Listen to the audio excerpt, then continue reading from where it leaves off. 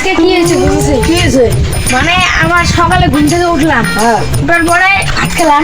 ভাত খাওয়ার সময় এমন বিড়ি নিচে উঠলো, ভাত খাওয়া বাদ দিয়ে আমি দোকান খুলে মারলাম দৌড়।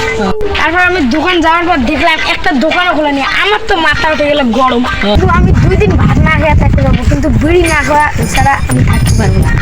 তুই তো আমার একদম মনের কথা বলে দিয়েছিস। চল অল্প আগে যাই বেড়াতে।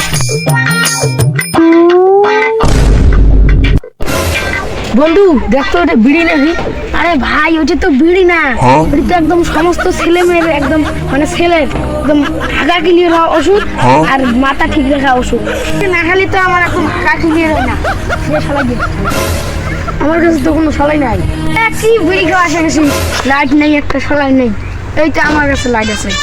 হ্যাঁ বিড়ি আগে আমি দেখেছি আমি খাবো। হ্যাঁ বিড়ি আগে আমি তুলেছি আমি খাবো। হ্যাঁ বিড়ি আমি আগে দেখেছি আমি খাবো। হ্যাঁ বিড়ি আগে আমি তুলেছি আমি খাবো।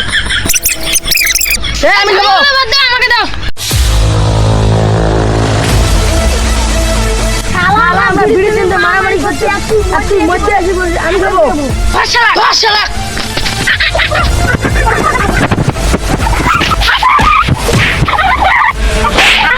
আমার এখানে বেঁচেছে বিড়ি নিয়ে আলা, ও আসে মধ্যে এসে বলে আমি খাবো।